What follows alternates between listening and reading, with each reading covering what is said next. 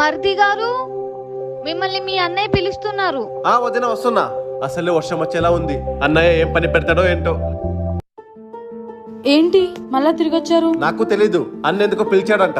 అసలే వర్షం పడేలా ఉందండి, మీరు డ్యూటీకి వెళ్ళొచ్చు కదా. కానీ నాతో ఏమన్నా పని ఉండొచ్చు కదా. అదే కదా, ఏదో పని చెప్తాడండి. వర్షం వచ్చిందనుకో మీరు తడుచుకుంటూ ఆఫీస్కి వెళ్ళాలి.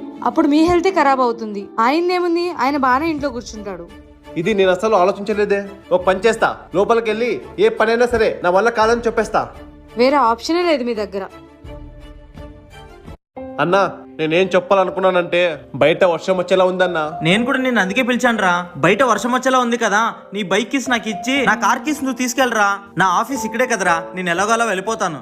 కానీ నువ్వు వర్క్ చేసేది చాలా దూరం కదా, నా కార్ తీసుకెళ్ళు. ఏంట్రా అలా ఆలోచిస్తున్నావు? నాకు లేట్ అవుతుంది, త్వరగా బైక్ కిస్ ఇవ్వు.